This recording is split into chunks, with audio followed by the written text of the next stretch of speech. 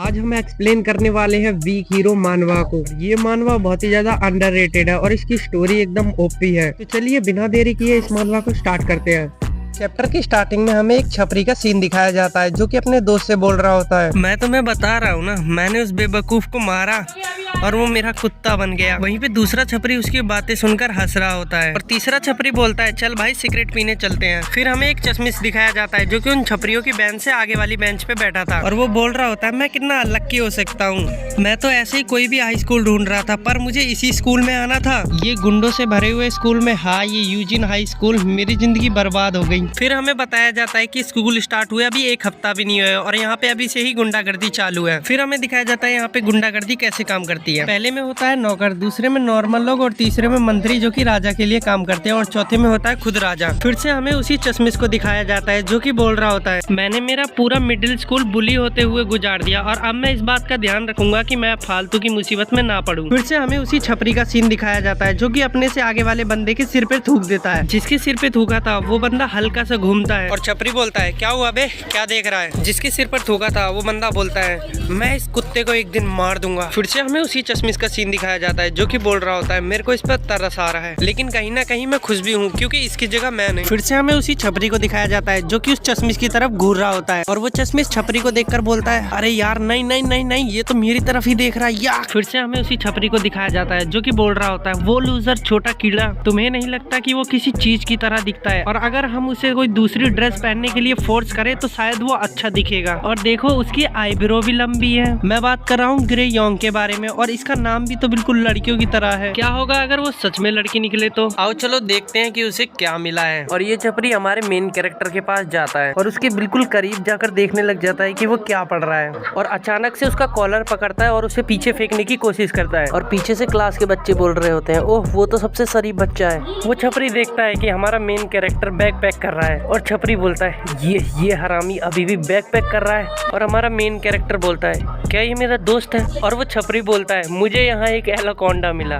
छपरी उसे पकड़ के फेंकने ही वाला होता है और वो हंस रहा होता है। इतने में ही ग्रे अपनी कोनी को छपरी के पेट में मार देता है। एक कोनी खाने के बाद छपरी की हालत बिल्कुल मरने जैसी हो जाती है। छपरी दर्द से करा ही रहा होता है कि ग्रे अपने दूसरे हाथ से एक मुक्का मार देता है छपरी के मुंह पे और ग्रे जल्दी से भाग के अपना बैग उठाता है और वो चश्मिश ग्रे को देख के बोलता है ओ शिट ये बच्चा अपने मन में सोच क्या रहा है। ग्रे अपना बैग उठा के उस छपरी के दोनों हाथों को बांध देता है और वो छपरी बोल रहा होता है क्या तुम्हें मरना है क्या, मरने के लिए ये सब कर रहे हो। ग्रे छपरी के हाथों को बांधकर उसको घुटने पर ले आता है और उसके सामने आके उसका सिर को पकड़ लेता है और उसके एक थप्पड़ मार देता है। छपरी गुस्से में बोलता है क्या तूने मेरे को थप्पड़ मारने की कोशिश की। और भाई ग्रे इतना सुनते ही उसके एक और रैप्टा बजा देता है और छपरी रैप्टा खाने के बाद फिर से बोलता है तू जब तक रुक तब तक कि मैं अपने हाथ नहीं खोल लेता। और भाई ग्रे इतना सुनते ही उसके एक और रैप्टा बजा देता है।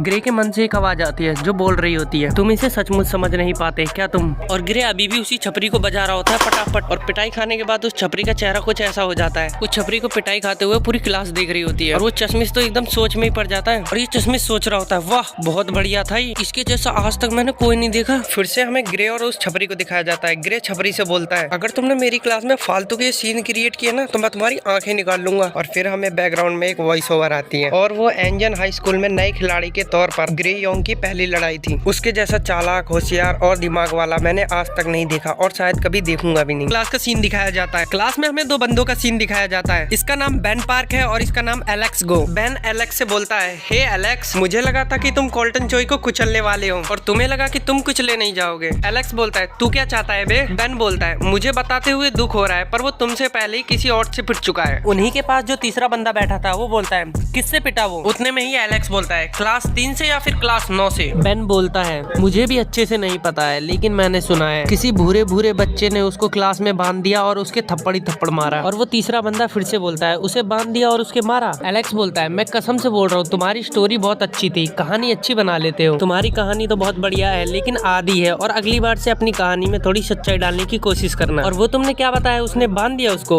वो क्या कोई सिपाही है जो कि बांध कर मारता है। फिर हमें एक पुराना सीन दिखाया जाता है जिसमें कोल्टन चोई और एलेक्स की लड़ाई हो गई थी बास्केटबॉल खेलते हुए, और अभी वाला एलेक्स बोलता है मुझे किसी और दिन कोल्टन चोई को मारने का मौका मिलेगा। बेन एलेक्स से बोलता है चलो क्लास 5 में चलते हैं, तुम खुद ही देख लेना और मुझे झूठा साबित कर देना। एलेक्स धीरे से बोलता है क्या ये सही कह रहा है। अगला सीन हमें क्लास 5 के बाहर का दिखाया जाता है। क्लास 5 के बाहर बेन और एलेक्स पहुंच जाते हैं, उसके साथ 1-2 छपरी और आ जाते हैं जो कि ग्रे को देखकर बोल रहे होते हैं क्या भैया वो तो बहुत कमजोर है अरे उसे देखो तो वो तो बिल्कुल चूजे की तरह दिख रहा है। बेन बोलता है शायद कोल्टन बेइज्जती की वजह से जल्दी चला गया। बेन के साइड वाला बंदा बोलता है हाँ लालत है उस पे, वो इस कमजोर से दिखने वाले बच्चे से पिट गया और इसका वजन तो 49 से 50 किलो ही होगा बस, इसके और उसके वजन में तो जमीन आसमान का फर्क है।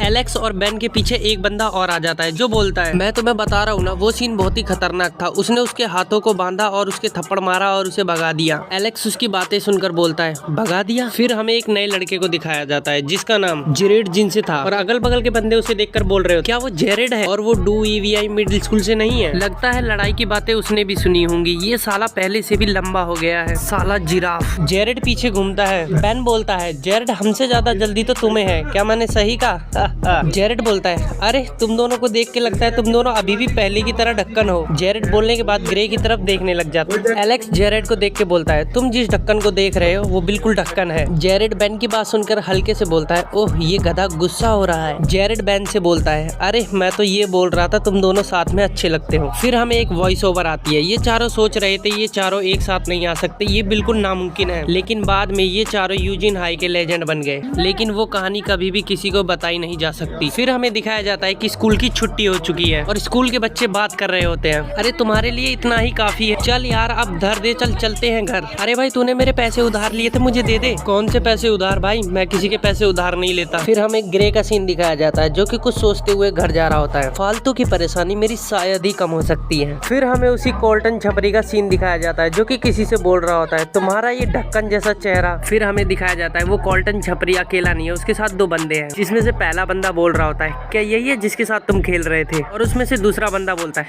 कोल्टन तुम तो एकदम ढक्कन हो। कोल्टन छपरी उन दोनों के आगे हवा बनाते हुए बोलता है इसने मेरे हाथ बांध दिए थे, अगर मेरे हाथ नहीं बंधे होते ना तो मैं इसे बताता। और भाई ये दोनों तो कोल्टन की बातें भी नहीं सुन रहे होते हैं। फिर भी ये छपरी अपनी हरकतों से बाज नहीं आता और बोलता है ये हरामी लड़ाई के लिए घटिया तरीके का यूज करता है, इसने अपने बैग से मेरे दोनों हाथ बांध दिए थे। फिर हमें एक वॉइस ओवर आती है, वो जो बिल्कुल सीधे तरीके से कॉन्फिडेंट होके झूठ बोलता है वो एकदम घटिया है। ग्रे छपरी की बात सुनकर बोलता है क्या तुमने मेरे तौर तरीकों को घटिया कहा। ग्रे धीरे से बोलता है मेरा शरीर हड्डियों का एक ढांचा है बिल्कुल एक कंकाल की तरह, और इस पर इधर उधर चलना और ऊपर से मेरी हाइट 5 फुट 2 इंच है, और ये लड़ाई शुरू भी नहीं हो सकती, और ऊपर से बराबरी की बिल्कुल भी नहीं, और ये दूसरी क्लास वालों की हाइट भी मुझसे बहुत ज्यादा है। मोटा छपरी ग्रे की बात सुन लेता है और बोलता है ये लड़ाई बिल्कुल बराबरी की है, ये कहना बिल्कुल गलत होगा है ना। ग्रे अपने मन में सोचते हुए बोलता है मुझे डर लग रहा है, मेरा शरीर कांप रहा है, पर मुझे इसको दिखाना नहीं चाहिए। ओके मुझे इस समय जो डर महसूस हो रहा है वो एक भ्रम है, हाँ मुझे बिल्कुल यही सोचना चाहिए और मैं जीतने पे ध्यान दूंगा। मोटा छपरी ग्रे से बोलता है अबे क्या हुआ तेरी बड़ी बड़ी बातों का, और कोल्टन बोलता है अभी ये डर के मारे अपनी पैंट गीली कर रहा होगा, और टोपीबाज बोलता है गूंगे हो क्या। ग्रे बोलता है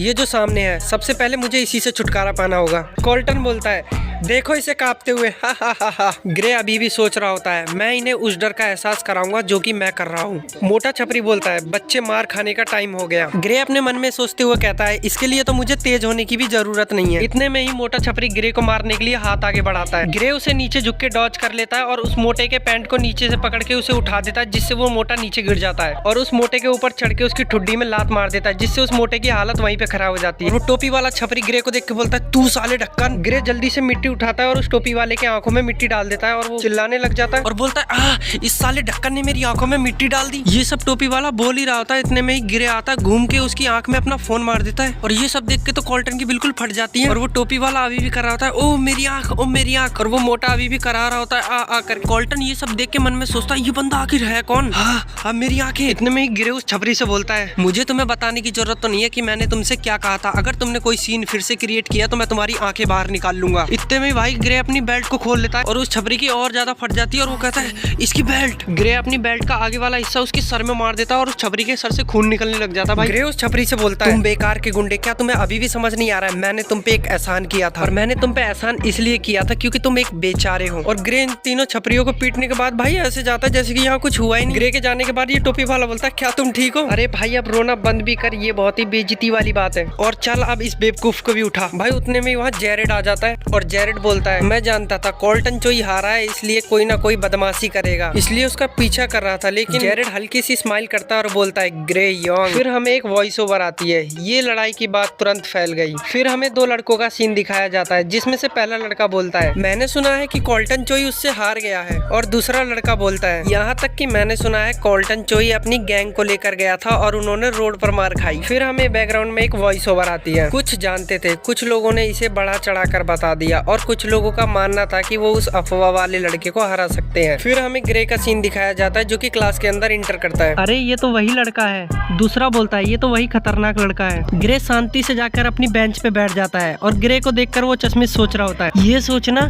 कि ये लड़का इतना डरावना लड़का था पिछली बार इससे जो मैंने बकवास कहलवाया था। फिर हमें उस चश्मिश का एक पुराना सीन दिखाया जाता है। चश्मिश ग्रे से बोलता है क्योंकि तुम और मैं एक जैसे हैं तो मुझे तुम्हें एक सलाह देनी है, तुम उस कोल्टन से आंखें मत मिलाना नहीं तो वो तुम्हें जान से मार डालेगा। ग्रे बोलता है ठीक है मैं समझ गया। फिर हमें दिखाया जाता है मास्क पहना हुआ एक बंदा क्लास में आता है और बोलता है चुप रहो तुम सब। चश्मिश उस मास्क वाले लड़के को देखकर बोलता है लगता है कुछ होने वाला है और वो मास्क वाला लड़का ग्रे को ही घूर कर देख रहा होता है। ग्रे भी उस मास्क वाले लड़के को घूर के देखता है। मास्क वाला लड़का चेयर लेता है और उस पर बैठ जाता है और ग्रे से बोलता है ओए तुम। ग्रे बोलता है क्या? मैंने सुना है कल तुमने कोल्टन चोई, रोइस और एडिट को मारा और उन्हें मारकर वहाँ से भाग गए, क्या ये सच है? फिर हमें उसी चश्मिश का सीन दिखाया जाता है जो कि ग्रे को देखकर सोच रहा होता है क्या ये सच है ग्रेयॉन? वो बातें बिल्कुल सच है। वो मास्क वाला लड़का ग्रे से बोलता है चलो मैं उस पागल कोल्टन चोई को भूल भी जाता हूँ तो कोल्टन को छोड़ के तुमने जिन दोनों को मारा है उनमें से एक मेरा चचेरा भाई है, इसलिए अगर तुम मुझसे माफी भी मांगोगे तो मैं इस बात को यहीं भूल जाऊंगा। तुम्हें ये जानना जरूरी है कि मैं कौन हूँ, है ना?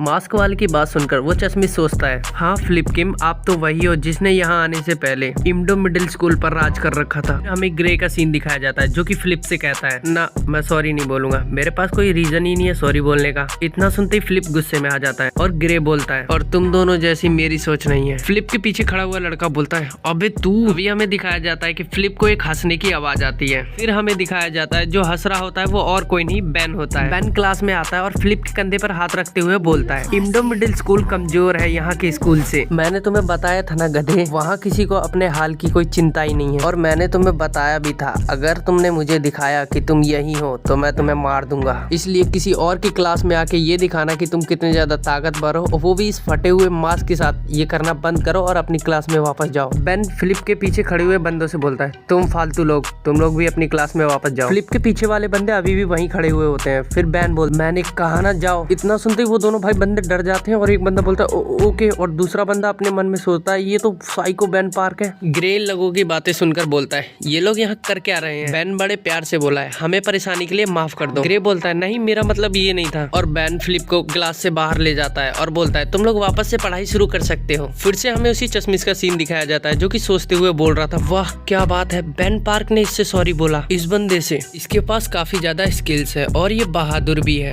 और ये बहुत ही अच्छी बात है। अब मुझे अंदर से फीलिंग आ रही है स्कूल का ये साल बहुत ही अच्छा होने वाला है, मैं लक्की हूँ। फिर हमें फ्लिप का सीन दिखाया जाता है जो कि छत पे बैठे हुए बोल रहा होता है उस पागल बेन ने मुझे सबके सामने ऐसे दिखाया जैसे कि मैं कोई गधा हूँ। फिर हमें दिखाया जाता है फ्लिप के कंधे में दर्द हो रहा होता है क्योंकि बेन ने उसका कंधा ज्यादा जोर से दबा दिया था। फ्लिप सोच रहा होता है अगर मैं उस पागल से लड़ूं तो मुझे पहले ही पता है कि क्या होगा। फ्लिप अपनी सिगरेट को फेंकते हुए कहता है मैं तुम्हें वापस ले आऊंगा किसी दिन घटिया बैन। और वो अपनी फोन की स्क्रीन में देखने लग जाता है और वो किसी का नंबर देख रहा होता है और वो बोलता है ये बहुत ही मुश्किल है, ये बहुत ही मुश्किल होगा, इसे मैं करूं या ना करूं? हाँ मैं करूंगा, हाँ ये वाला, इसके साथ बेन की लड़ाई पहले भी हुई है। फ्लिप जिमी नाम के बंदे को फोन लगाकर बोलता है ए क्या तुम ठीक हो? फिर हमें दूसरा सीन दिखाया जाता है जिसमें कोई बोल रहा होता है, क्या तुम 2 घंटे के लिए ऐसे ही रह सकते हो? फिर मैं तुम्हें नहीं मारूंगा। तुम क्या चाहते हो? तुम ये छोड़ना चाहते हो? फिर हमें दिखाया जाता है वो बंदा और कोई नहीं जिमी है, फ्लिप ने जिस पे फोन मिलाया है। जिमी अपने फोन को देख के बोलता है, अब इस गधे को मुझसे क्या चाहिए? और जिमी के सामने 2 बंदे पुशअप्स की पोजीशन में खड़े होते हैं और जिमी आता है, उन दोनों में से एक बंदे के हाथ पर अपने दोनों पैर रखता है और बोलता है फ्लिप। और भाई जिसके हाथों पे पैर रखे होते हैं भाई वो बंदा चिल्ला रहा होता है आ कर। फ्लिप जिमी से कहता है, तुम जानते हो मुझे यूजिन हाई में भर्ती करवाया गया है और वो बैन पार्क भी यही है और वो तुम्हें कुचलने का प्लान बना रहा है। जिमी ने जिस बंदे के हाथों पर पैर रखा होता है, जिमी उसकी गर्दन पर अपनी सिगरेट का धुआं डालता है और वो बंदा बोलता है ये बहुत दर्दनाक है। फ्लिप की बातें सुनकर जिमी का दिमाग खराब हो जाता है और वो बोलता है ये कैसी बेकार बात है, क्या बकवास है ये। फिर हमें जिमी के स्कूल का नाम दिखाया जाता है जो कि गिल्सन मिडिल स्कूल था। हमें फ्लिप को दिखाया जाता है जो कि अभी भी जिमी से बात कर रहा होता है और वो बोलता है, और वो ये भी बोल रहा था कि अगर उस दिन डोनाल्ड बीच में नहीं आता तो वो तुम्हें अच्छे से मारता और तुम उसे अगर अगली बार मिले तो वो तुम्हें जान से मार देगा। क्या तुम्हें कुछ फर्क नहीं पड़ता वो तुम्हारे बारे में ऐसी बेकार बातें कर रहा है? क्या तुम अब भी उसे छोड़ दोगे? जिमी फ्लिप की बातें सुनकर गुस्से में बोलता है, ओए फ्लिप मुझे उस बेकार बैंड ढक्कन को मारने का मन कर रहा है। फ्लिप अपने मन में सोचते हुए कहता है, ये ढक्कन तो मेरी बातों में आ गया, बिल्कुल एक गधे की तरह। जिमी गुस्से में फ्लिप से बोलता है, अगर तूने उस डोनाल्ड के बारे में एक शब्द और बोला ना तो मैं उसे सच में जान से मार दूंगा। फिर फोन कट जाता है और फिलिप हंस रहा होता है। वो बड़े सिर वाला जितना दिखाता है उससे भी बड़ा ढक्कन है, लालत है। फिर हमें जिमी का सीन दिखाया जाता है और जिमी के पीछे वाला बंदा बोलता है, फ्लिप किम उसने क्या कहा? वो बेन पार्क मुझे मारने के बारे में सोच रहा है। फिर हमें जिमी के पास का एक सीन दिखाया जाता है जिसमें जिमी और बेन की लड़ाई हो रही होती। इन दोनों की लड़ाई चल ही रही होती है कि हमें किसी की आवाज आती है जो कि बोलता है, अरे जिमी तुम यहाँ फालतू में सीन क्रिएट कर रहे हो। जिमी मैं तुम्हें बता रहा हूँ तुम यहाँ सिर्फ फालतू की लड़ाइयाँ कर रहे हो और कुछ नहीं। जिमी पीछे घूमता है और अपने मन में बोलता है डोनाल्ड। इतने में ही सीन शिफ्ट होता है और हमें जिमी का सीन दिखाया जाता है जो कि गुस्से में अपनी बहन से उठता है और अपने सामने वाले लड़कों में से एक लड़की के लात मारता है और कहता है निकल जाओ यहाँ से। जिमी अपने पीछे वाले बंदे से बोलता है, हे जैक। फिर हमें दिखाया जाता है जिमी की गैंग का दूसरा बंदा होता है जैक। जिमी जैक से बोलता है, लगता है मुझे उस बैन पार्क की औकात उसको दिखानी होगी। ओए जैक सभी बंदों को कल इकट्ठा कर ले और उस बैन पार्क को घसीटते हुए मेरे पास लेके आ। जैक बोलता है ठीक है। जैक के पीछे खड़ा बंदा बोलता है, क्या बैन पार्क को घसीटते हुए लाना है? पागल जैक, ये तेरा वफादारी दिखाने का एक ही मौका है। जिमी बोलता है, इस बार मैं उसकी मार मार के हाथ पैर तोड़ दूंगा जिससे वो अगली बार सोचेगा नहीं मुझे मारने के बारे में। जैक के पीछे वाला बंदा अभी भी अपने मन में सोच रहा था, बैन पार्क को यहाँ खींच के लाना इतनी भी आसान बात नहीं है जितने की तुम कह रहे हो, और तुम खुद ही वहाँ क्यों नहीं चले जाते? और असली बात तो ये है कि यूनियन 2 में हम सबसे कमजोर हैं। फिर सीन शिफ्ट होता है और हमें यूजिन हाई का सीन दिखाया जाता है। फिर हमें ग्रे और ग्रे के साइड में बैठे हुए चश्मिश का सीन दिखाया जाता है। वैसे इस चश्मिश का नाम यूजिन गेल है और ये अपने मन में सोचता है, ये पढ़ाई कर रहा है, मैं इसके बारे में कुछ भी नहीं जानता, क्या ये सच में पढ़ाई कर रहा है? मुझे लगता है इसकी हाइट मुझसे थोड़ी सी छोटी होगी और इसके शरीर में कुछ नहीं सिर्फ हड्डियां हैं, और जैसा ये दिखता है ऐसा लगता है जैसे कि ये लड़की है, और ऊपर से ये थोड़ा थोड़ा बच्चे की तरह भी दिखता है। फिर हमें एक पुराना सीन दिखाया जाता है और यूजिन बोलता है, तुम इसे सचमुच समझ नहीं पाओगे, मैंने अपनी दोनों आंखों से देखा था कि ये कितनी चालाकी से फाइट करता है। यूजिन ये सब सोचते हुए ग्रे की तरफ अजीब तरीके से देखता है। ग्रे यूजिन को देखकर बोलता है, क्या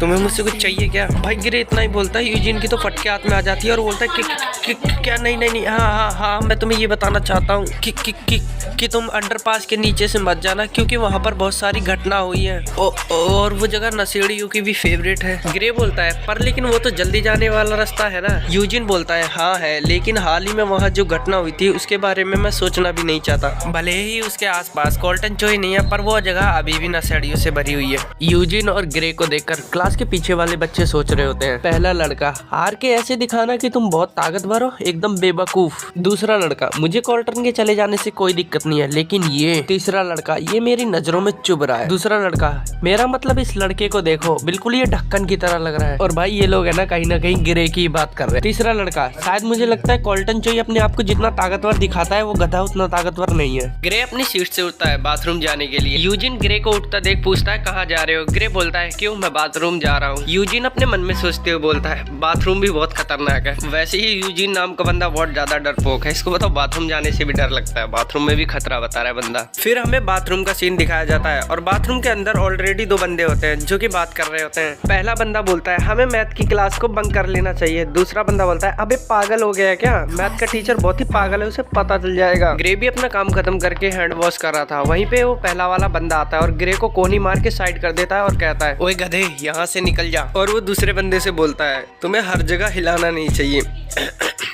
हाँ भाई, वही हिलाना ही नहीं चाहिए, ये अश्लील हरकतें कर रहे हैं बाथरूम में आके। ग्रे इन दोनों की हरकतें देखकर अपने मन में बोलता है, मैं इन्हें और नहीं देख सकता और इनकी छोटी छोटी हरकतें मुझे बहुत परेशान कर रही है। मैं चाहूँ तो इन्हें अभी के अभी मजा चखा सकता हूँ। ग्रे वहाँ से जाते हुए बोलता है, इन्हें कमजोर लोगों को बुली करने में मजा आता है और मुझे भी ऐसा ही दिखाना चाहिए कि मैं एक कमजोर हूँ और जो पहले हुआ है उसे दोहराने की बिल्कुल भी जरूरत नहीं है। फिर हमें ग्रे के पास्ट का एक सीन दिखाया जाता है जिसमें ग्रे किसी बंदे से बोलता है स्टीफन, और वो स्टीफन नाम का बंदा ग्रे से बोलता है, ग्रे मैं बिल्कुल ठीक हूँ। ग्रे अपने दांतों को रगड़ते हुए बोलता है, मैं। फिर हमें अभी का सीन दिखाया जाता है जिसमें ग्रे अपने मन में सोचता है, अब और कोई नहीं। ग्रे ये सब सोचते हुए अपनी क्लास में आके बैठ जाता है और उसे देखकर यूजिन बोलता है, ओह तुम आ गए। ग्रे यूजिन की तरफ देखकर अपने मन में बोलता है, इसकी गर्दन पे निशान कैसा? मैं तो बस कुछ समय के लिए ही बाहर गया था, फिर कुछ तो हुआ होगा। यूजिन अपने मन में सोचते हुए कहता है, मैं थक गया हूँ, मुझे पहले की तरह शांत रहना था, पर लेकिन मैंने ऐसे दिखाया जैसे कि ग्रे योंग मेरा दोस्त है या फिर उससे भी ज्यादा। फिर हमें वो सीन दिखाया जाता है जब ग्रे बाथरूम गया होता है, उसके बाद क्लास में क्या हुआ था। यूजिन बोलता है, मैंने उससे बहुत सारी बातें की, क्या वो यहीं का नहीं लगता? और मैं जो उसके लिए कर रहा हूँ वो मेरा एहसानमंद होगा। भाई यूजिन ये सब बोल ही रहा होता है, उतने में ही पटाख से रैप्टा पड़ता है यूजिन के पीछे। जिसने थप्पड़ मारा था वो बोलता है, बेवकूफ अपनी बकवास बंद कर, मुझे परेशानी हो रही है और आगे से ध्यान रखना तेरी बड़बड़ में दोबारा ना सुनूं। मैं तुम्हें देखता रहूंगा बेवकूफ। यूजिन बोलता है, ठीक है ठीक है। फिर हमें अभी का सीन दिखाया जाता है जिसमें यूजिन अपना सिर टेबल पे रख के बोलता है, मुझे चुप रहना चाहिए, आखिरकार ये मेरी तरह बेवकूफ तो नहीं है। ग्रे यूजिन को देखते हुए अपने मन में बोलता है, ठीक है, तुमने कभी मेरे जैसे को बुली होते हुए नहीं देखा होगा, तुम्हें अभी तक समझ नहीं आया, मैं तुमसे थक चुका हूँ और अगर तुम मुझे अकेला छोड़ दोगे तो मुझे कुछ नहीं करना पड़ेगा और अभी के लिए बस तुम देखते रहो। फिर सीन शिफ्ट होता है और हमें बेन और एलेक्स का सीन दिखाया जाता है। बेन बोलता है, चल यार पोल खेलने चलते हैं। एलेक्स बोलता है, मैं सकीनों के साथ नहीं खेलूंगा। बेन बोलता है, हाँ बिल्कुल, अंडरपास के पास वाले गेमिंग सेंटर में टाइम पास करेंगे और वहाँ पे कॉफी और भी बहुत सारी चीजें मिलती हैं। और मैंने सुना है वहाँ पर एक लड़की है जो कि किसी टीवी एक्टर से कम नहीं दिखती। एलेक्स उसकी बातें सुनकर बोलता है, तुम्हारे पास पैसे तो है ना, क्योंकि मैं तुम्हें अपने पैसे नहीं देने वाला। बेन बोलता है, हाँ मेरे पास है, चल, और वो लड़की बहुत ही हॉट है। और फिलिप चुप चुप के इन दोनों की बातें सुन रहा होता भाई। फिलिप मैसेज करके जैक को बता देता है कि वो अंडरपास वाले गेमिंग सेंटर में जा रहे हैं। जैक कहता है, ठीक है हम वहाँ पहुँच जाएंगे। फिलिप बोलता है, जिमी और जैक बेवकूफ, मेरा काम आसान करने के लिए थैंक यू, मुझे बस अब सवार करना है और सो के आनंद लेना है। जैक अपने बंदों को बताता है कि वो लोग अंडरपास के पास जा रहे हैं, हमें वहीं जाना है। फिर हमें फिर से बैन और एलेक्स का सीन दिखाया जाता है जिसमें बैन बोलता है, हमें आखिरी क्लास छोड़ देनी चाहिए, नहीं तो वहाँ पे कोई टेबल नहीं बचेगी और हमने अंग्रेजी क्लास आज तक नहीं छोड़ी, क्या तुम्हें ये पता है? एलेक्स अपना चेहरा अजीब सा बनाते हुए बोलता है, क्या हमने इंग्लिश की क्लास कभी नहीं छोड़ी? और भाई बैन के तो कुछ समझ में नहीं आ रहा होता, वो तो अपना अजीब से बिल्कुल अजीब सा चेहरा बना लेता है। भाई बैन और एलेक्स अजीब तरीके से बच्चों की तरह कहते हैं।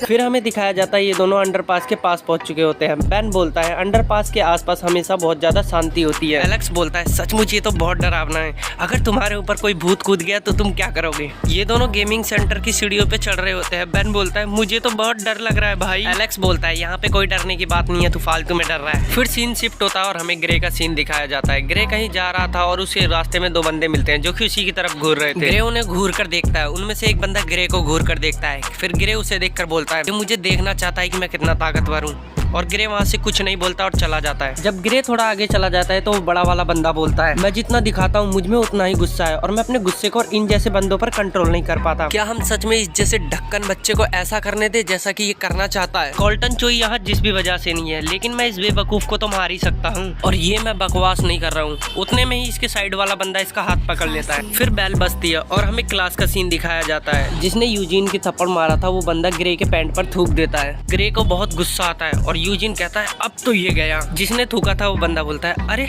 मुझे माफ कर दो मेरे दोस्त, मैंने जानबूझकर नहीं किया ये, मैं तो फर्श पर थूकना चाहता था पर गलती से तुम्हारे ऊपर गिर गया, मुझे माफ कर दो। तभी क्लास में टीचर आ जाता है और टीचर बोलता है, क्या तुम लोगों ने घंटी नहीं सुनी? वो मोटा वाला बंदा बोलता है, यार तुम तो एकदम हरामी हो। और वो पीले वाला बंदा बोलता है, क्लास पहले से ही शुरू हो गई है, अब देखता हूँ मैं वो क्या करेगा। टीचर बोलता है, बच्चों अपनी सीट पर बैठ जाओ ताकि आगे की पढ़ाई शुरू करें। ग्रे क्लास में बैठे हुए सोचता है, मैंने उन्हें वो सब महसूस कराया जिससे मैं लगूं कि कमजोर हूँ और मुझे उन्हें क्या महसूस कराना होगा। और वो बड़े ही गुस्से में बोल रहा होता है और मुझे क्या सीन दिखाया जाता है, जो कि अपने बंदों के साथ अंडरपास के पास जा रहा था। जैक फिलिप की बात याद करता है, उसने उसे मैसेज करके क्या बताया था। फिलिप ने मैसेज में ये लिखा था कि तुम लोग 4 बजे तक वहाँ पहुँच जाना, नहीं तो वो लोग निकल जाएंगे। जैक अपने मन में सोचते हुए बोलता है अभी दोपहर के 3 बजे है, मैं आ रहा हूँ बेन पार्क। फिर सीन शिफ्ट होता है और हमें यूजीन को दिखाया जाता है, जो कि अपने मन में सोचते हुए बोलता है कुछ समय पहले की बात है, जब कोल्टन चोई यहाँ था तो ये सब शांत रहते थे, लेकिन जब से वो कमीना यहाँ से गया है ये सब लोग अपनी गुंडागर्दी पे उतर आए हैं। ये लोग समझना ही नहीं चाहते कि इनके सामने क्या हुआ, और ये लोग मानते भी नहीं है। यूजिन ग्रे की तरफ देखकर अपने मन में बोलता है ये ऐसा दिखाता है जैसे कि इसने कुछ किया ही नहीं। और भाई ग्रे को देख के यूजिन की तो फट आती है, वो बोलता है ओह, क्योंकि इस टाइम पे ग्रे बहुत ही ज्यादा गुस्से में होता है और वो बोलता है मैं इन्हें क्या दिखाऊं, मैं इनकी नजरों में कमजोर था और मैंने साफ ऐसा दिखाया कि मैं कमजोर हूँ। फिर सीन शिफ्ट होता है और हमें बेन और एलेक्स को दिखाया जाता है। बेन बोलता है ये तो खाली है, और दोनों एक साथ बोलते हैं लालत है। और बेन बोलता है क्या वो लोग मेरे साथ मजाक कर रहे थे। उस सेंटर में एक लड़की होती है जो कि बोलती है क्या तुम्हारे साथ धोखा हो गया, वेलकम। और उस लड़की को देख के भाई इन दोनों के मन में तो लड्डू फूटने लग जाते हैं और ये लोग ब्लश करने लग जाते हैं। भाई वो लड़की बोलती है मालिक इस समय बाहर गए हैं, मैं तुम लोगों की क्या मदद कर सकती हूँ। बेन उस लड़की से बड़े ही स्टाइल में बोलता है हम पॉल खेलने आए हैं और मैं पीने में कॉफी लूंगा। एलेक्स भी बड़े ही स्टाइल में बोलता है मैं भी। वो लड़की बोलती है ठीक है फिर 2 कॉफी। बेन और एलेक्स बोलते हैं वाह मजा आ गया, जैकपॉट लग गया, वाह ये कितनी सुंदर है। और वो लड़की इन दोनों की कॉफी बना देती है। फिर सीन शिफ्ट होता है और हमें जैक का सीन दिखाया जाता है, जो कि अपनी गैंग के साथ जाते हुए बोलता है क्या हमें जल्दी है जाने। फिर हमें दिखाया जाता है जैक लोग अंडरपास के पास पहुंच चुके होते हैं और वो लोग कहते हैं हे जैक मुझे लगता है हम थोड़ा जल्दी आ गए, मुझे लगता है हमें थोड़ी ज्यादा जल्दबाजी थी। दूसरा बंदा बोलता है हाँ मैं समझ सकता हूँ। फिर सीन शिफ्ट होता है और हमें यूजिन हाई का सीन दिखाया जाता है। तभी बेल बजती है और छुट्टी हो जाती है। छुट्टी होते ही ग्रे पीछे घूमता है और उन दोनों बंदों को देखता है जो कि उससे पंगा ले रहे थे पिछली बार। वो दोनों बंदे ग्रे को देखकर मुस्कुराते हैं। उनमें से पीले वाला बंदा बोलता है चल भाई चल रहे हैं। दूसरा बंदा बोलता है हाँ चल। ग्रे उन्हें खतरनाक तरीके से घूरता है और कहता है जल्दी। छुट्टी के बाद सभी बच्चे स्कूल से निकल रहे थे। ग्रे भी अपना बुक पढ़ते हुए निकल जाता है और अचानक से उसके दिमाग में कुछ क्लिक होता है और वो याद करता है यूजिन की बातें। ग्रे को बताते हुए यूजिन बोलता है तुम्हें शायद उस अफवाह के बारे में नहीं पता, हमारी क्लास के एक बच्चे को वहाँ पे चाकू मार दिया था और उसे अस्पताल भेज दिया था एम्बुलेंस में बिठा के। इस अफवाह के बारे में सब जानते हैं, शायद तुम्हें नहीं पता। और ग्रे ये सब सोचते सोचते उस अंडरपास के पास आ जाता है। ग्रे को 2 बंदे दिखते हैं जो कि बोल रहे होते हैं अरे भाई चल इस रास्ते से चलते हैं, ये रास्ता बहुत ही ज्यादा खतरनाक है, मैं नहीं जाऊंगा इससे। ग्रे अंडरपास के बाहर पहुंच जाता है। वहाँ पे जैक के बंदे होते हैं जो कि बोल रहे होते हैं अरे अभी तक यार वो बेन पार्क क्यों नहीं आया। मोटा वाला बंदा बोलता है लगता है उसे हमारे बारे में पता चल गया इसलिए वो यहाँ से भाग गया। ग्रे उन्हें देखकर बोलता है ये क्या, ये कितने हैं, 1 2 3 4 5 है ये, और लगता है मैं इन 5 को एक साथ नहीं मार पाऊंगा, और वैसे भी मुझे यहाँ कोई सीन क्रिएट नहीं करना इसलिए मैं दूसरे रास्ते से जा रहा हूँ। और वो मोटा अपने मन में सोचता है मैं चाहता हूँ कि वो बेन पार्क यहाँ से भाग जाए। इतने में ही वो मोटा ग्रे को देख लेता है और ग्रे से बोलता है ओए तू रुक छोटे ढक्कन, मूर्ख गधे यहाँ। ग्रे उस मोटे की बातें सुनकर बोलता है मैं इस बात का क्या मतलब निकालूं, मुझे तो कुछ समझ ही नहीं आ रहा। मोटा बोलता है यूजिन हाई के बच्चे उतने ही मूर्ख हैं जितना कि वो दिखाते हैं। हे जैक क्या तुमने उसका चेहरा कभी देखा है। जैक कुछ नहीं बोलता। वो मोटा ग्रे को खींचते हुए कहता है इधर आओ अच्छे बच्चे। ग्रे अपने मन में सोचते हुए बोलता है क्या मुझे इन 5 को मारना चाहिए, मैंने कभी 5 लोगों को मारने की कोशिश ही नहीं की और मुझे लगता है अब मुझे इनको इनकी औकात दिखा देनी चाहिए। वो मोटा अपने मन में बोलता है अरे वाह, अब मैं जैक से कहूंगा वो बेन पार्क हमारे प्लान के बारे में जानता है और उसने इसे भेजा है। और वो ग्रे से बोलता है अपनी तरफ देखो, अभी तुम ऐसे शांत कैसे हो। और वो ग्रे का सिर धीरे धीरे दीवार में मारने लग जाता है और मन में बोलता है मुझे इस बच्चे के साथ थोड़ी देर खेल लेना चाहिए और फिर मैं जैक से यहाँ से जाने के लिए बोलूंगा। ग्रे अपने मन में बोलता है क्या मुझे ऐसा होने देना चाहिए, मैं पहले 3 को हरा चुका हूँ, क्या मुझे ऐसा होने देना चाहिए। ग्रे को अब गुस्सा आ जाता है और वो बोलता है भले ही मुझे दर्द ना हो रहा हो लेकिन मैं इसे मार दूंगा। मोटा ग्रे से बोलता है तुम मुझे रोके दिखाओ तो शायद मैं तुम्हें छोड़ दूंगा। ग्रे अपनी जेब से पेन निकालता है और उस मोटे का हाथ पकड़ता है, उस मोटे के हथेली में दे के मार देता है अपना पेन। उस मोटे की तो हालत खराब हो जाती है, वो चिल्लाता है। इतने में ही ग्रे एक ईंट उठाता है और उस मोटे के सिर में दे के मार देता है। उस मोटे की हालत तो आधमरे जैसी हो जाती है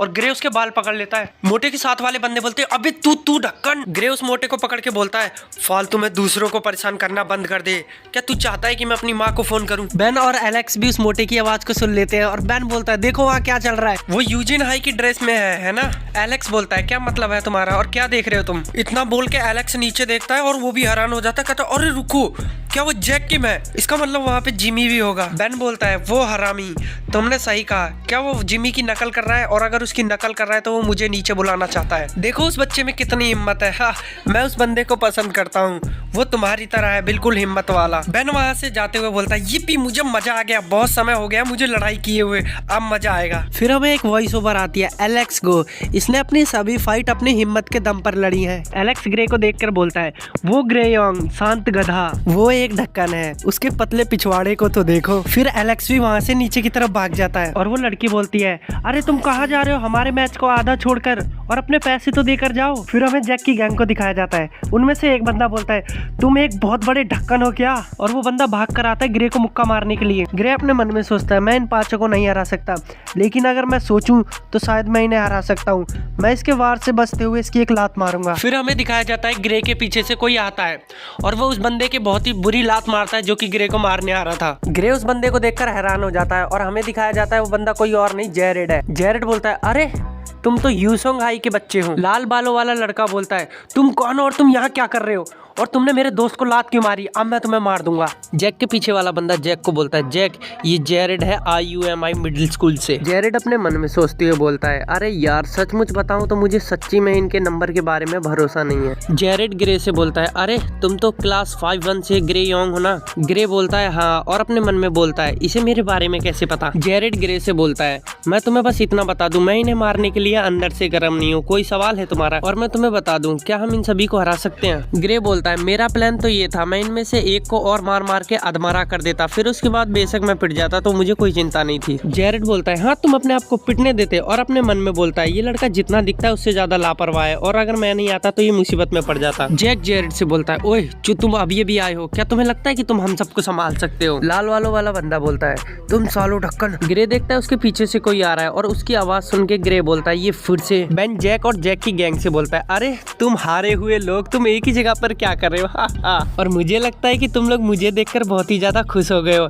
ऐसा हो सकता है कि तुम लोग मुझे यहाँ लेने के लिए आए हो, है ना? तुम्हें यहाँ वापस नहीं आना चाहिए था, और मुझे ऐसा लगता है कि मैं इनकी तरफ हूँ। फिर हमें एक वॉइस ओवर आती है बहादुर बच्चों की एक टीम। ग्रे योंग के लिए ये एक अलग ही एक्सपीरियंस था क्योंकि वो हमेशा अकेला लड़ा है और उसने अपनी दिक्कतों का सामना हमेशा अकेले ही किया है, और वो देखने वालों से इतना थक चुका है कि वो फैसला करता है वो भी उनकी तरह बनेगा। पर अब की बार सब पहले की तरह नहीं है, अब की बार कुछ अलग है। फिर हमें जैक को दिखाया जाता है। जैक बोलता है हम यहाँ सिर्फ तुम्हारे लिए आए हैं बेन। बेन बोलता है हाँ तो मुझे बताओ कि मुझे जिमी की बात क्यों सुननी चाहिए, और मैं अगर यहाँ लॉजिक की बात करूँ, जिमी को मुझसे बात करनी थी तो वो खुद क्यों नहीं आया, उसने तुम्हें क्यों भेजा मुझे लाने के लिए। बोलो जैक किम, उसको क्या लगता है कि वो डोनाल्ड है या फिर कोई और, या फिर वो उसकी नकल करने की कोशिश कर रहा है, क्या वो बंदर है। इतना सुनते ही जैक गुस्से में कहता है तुम अपनी बकवास बंद करो, और तुम जो भी कह रहे हो मुझे उससे कुछ मतलब नहीं है। क्या तुम चाहते हो कि तुम्हें तुम्हारे दूसरे हाथ का भी ध्यान रखना पड़े, जैसा कि मैंने उस दिन किया था, ताकि तुम मेरे साथ लड़ने से पहले 70 बार सोच सको। भाई इतने में एलेक्स उड़ के आता और जैक के एक मुक्का धर देता मुंह पे और कहता है तुम अपनी बकवास बंद करो। एलेक्स को देखकर बेन अपने मन में बोलता है अरे पागल एलेक्स,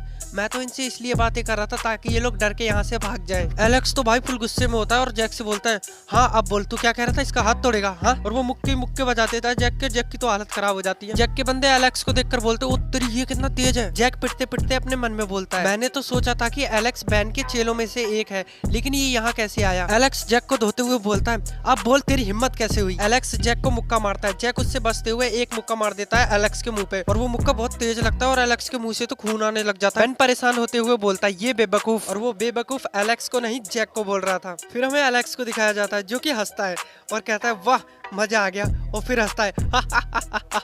जैक एलेक्स को हंसता हुआ देख बोलता है तुम छोटे चूहे। इतने में ही वो लाल वालों वाला बंदा एलेक्स के पीछे से लात मार देता है। जैक एलेक्स को मुक्का मारते हुए बोलता है अब तुम्हें पता चला जब तुम पिटते हो तो तुम्हें कैसा लगता है, और तुम क्या सोच रहे हो कि तुम कौन हो, और वो और भी बहुत कुछ है जहाँ से वो आया है। बेन चिल्लाते हुए एलेक्स को बोलता है एलेक्स, और अपने मन में सोचते हुए बोलता है वो बेवकूफ हमेशा उस बात को लेकर अपना आपा खो देता है, बस पंखे से टकरा गया। और जेरेड और ग्रे से बोलता है चलो अब हम उन सभी को कुचल रहे हैं। जेरेड और ग्रे भी लड़ने के लिए तैयार हो जाते हैं। इसी वाला बंदा एलेक्स को पीछे से पकड़ लेता है और जैक उसे मुक्का मारने जा ही रहा होता है कि उतने में ही उसका हाथ कोई पीछे से पकड़ लेता है। जैक पीछे घूम के देखता है और वो बेन था। बेन उसका हाथ पकड़ के बोलता है एक बंदे के साथ दो बंदे कुछ जमा नहीं। जैक अपने मन में सोचते हुए बोलता है इसकी पकड़ बहुत मजबूत है, पर लेकिन मैं भी बिल्कुल भी हार नहीं मानूंगा, और पता नहीं फिलिप ने इससे कैसे लड़ाई की होगी। फिर हमें जेरेड का सीन दिखाया जाता है जिसने अपने सामने वाले बंदे का कॉलर पकड़ रखा था और पीछे वाले बंदे को कस के लात मारता है और उसका एक हाथ अभी भी जेब में था। एलेक्स को जिस बंदे ने पकड़ रखा था, एलेक्स उसको अच्छे से धो देता है। फिर वापस से हमें उस मोटे को दिखाया जाता है जो कि ग्रे के पीछे खड़ा होकर सोचता है मैं इसे सच में मार दूंगा, ये बच्चा। पर उसे डर भी लग रहा होता है ग्रे से, पर फिर भी वो डरता डरता ग्रे का कॉलर पकड़ लेता है। ग्रे उस मोटे का हाथ देखकर बोलता है तुम्हें कॉलर पर हाथ नहीं रखना चाहिए था, बल्कि मुझे एक मुक्का मार देना चाहिए था।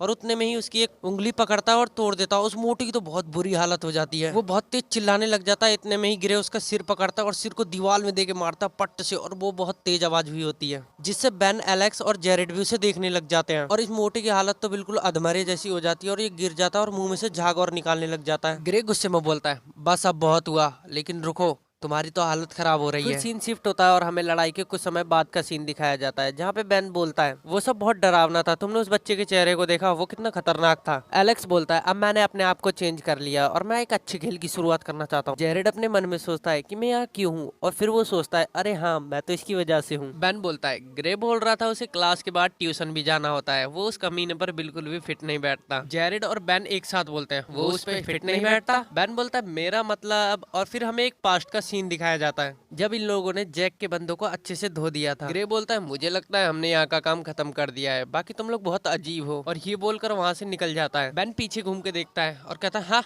वो कहाँ गया, और इधर उधर देखने लग जाता है। फिर उसे ग्रे दिख भी जाता है और वो अपने मन में बोलता है ये बहुत तेज है। बेन चिल्ला के बोलता है अरे ओए आ जाओ, थोड़ी देर हमारे साथ भी रहो, आ जाओ चलो गेम खेलते हैं। ग्रे बेन से बोलता है तुम्हारे साथ खेलने के लिए मेरे पास टाइम नहीं है, और जाओ तुम खेलो, मुझे कोई इंटरेस्ट नहीं है। एलेक्स उसकी बात सुनकर बोलता है कितना एटीट्यूड है इसमें। फिर सीन शिफ्ट होता है और हमें अभी का सीन दिखाया जाता है। एलेक्स बेन से बोलता है क्या तुम्हें लगता है कि वो लोग उनसे छोड़ देंगे? बेन बोलता है बिल्कुल भी नहीं, वो जिमी मोटे सिर वाला वो ऐसे शांत नहीं बैठेगा, और मुझे क्या पता, उससे कहो उसे जो करना है वो करे, वैसे भी इससे बुरा क्या हो सकता है। गेम खत्म होने के बाद बेन और एलेक्स वहाँ से जाते हुए जेरेड से बोलते हैं हम लोग जा रहे हैं, हमारे पैसे भी दे देना, और जेरेड को ना चाहते हुए भी उनके भी पैसे देने पड़ते हैं। बाहर जाते हुए बेन एलेक्स से बोलता है वहाँ क्या हुआ था तुम्हें कुछ पता नहीं ना, तुमने ना ही जानने की कोशिश की। बेन अपने दिमाग पर जोर डालता है और कुछ सोचने की कोशिश करता है, कुछ नहीं होता। बेन बोलता है अब भूल भी जाओ यार, छोड़ो वहाँ क्या हुआ था, भूल जाओ। जेरेड को उनकी बातें धीरे धीरे सुनाई दे रही थी और वो अपने मन में बोलता है क्या ये उस बारे में बात कर रहे हैं कि वहाँ क्या हुआ था। जेरेड अपने मन में जैक की बातों को सोचता है, जिसमें जैक बोलता है जैसे मैंने उस दिन किया था। ग्रे अपने ट्यूशन पहुंच जाता है। ग्रे का टीचर बोलता है तुम लेट हो। ग्रे बोलता है मुझे माफ कर दो।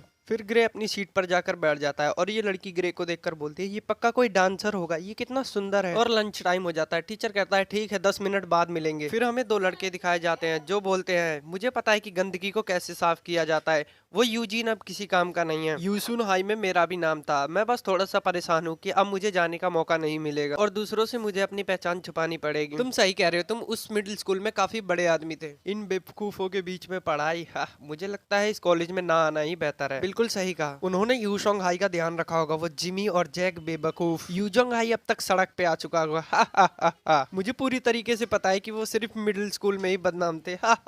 ये क्लास में इस तरीके की बात कर रहे हैं और सभी को डरा रहे हैं। फिर सीन शिफ्ट होता है और हमें जिमी का सीन दिखाया जाता है। जिमी बहुत गुस्से में था और वो बोलता है जैक हाँ मैं जानता हूँ कि तुम यहाँ बैन को नहीं ला रहे हो, लेकिन तुम इन गधों के साथ यहाँ कैसे आ गए? जिमी उसके साथ एलेक्स और जेरेड जैसे पागल बंदे थे, वो क्या तुम्हारे साथ उन लोगों ने ऐसा किया? मुझे तो लगता है वो फिलिप ही था जिसने हमारी जानकारी उन्हें दी और ये हमारी लड़ाई देखकर मजे लेना चाहता था बस। वो बेवकूफ यूनजोंग हाई पे कभी कब्जा तो नहीं कर पाया और मुझे उसकी वजह से यूनियन से बाहर निकलना पड़ा। मैं उसके साथ ऐसा करूंगा। मैंने अपनी पूरी कोशिश की अपना काम शांति से करने के लिए, लेकिन अब ये मेरी शांति की बेइज्जती है। और तुम हेलमेट, और तुम्हें क्या लगा कि तुम बहुत ही ज्यादा महान व्यक्ति हो जो तुम मेरे सामने आके खड़े हो? अजी ढक्कन, मुझे अभी तुम्हें पटक देना चाहिए। हेलमेट तुम बेवकूफ गधे, तुम अपना चेहरा मुझे जब तक मत दिखाना जब तक कि मैं बोल ना दूं। मैं बिल्कुल मामूली बंदा हूँ और मैं जैसे से ऐसे कभी बात नहीं करूंगा। तुम्हारा जवाब कहाँ है?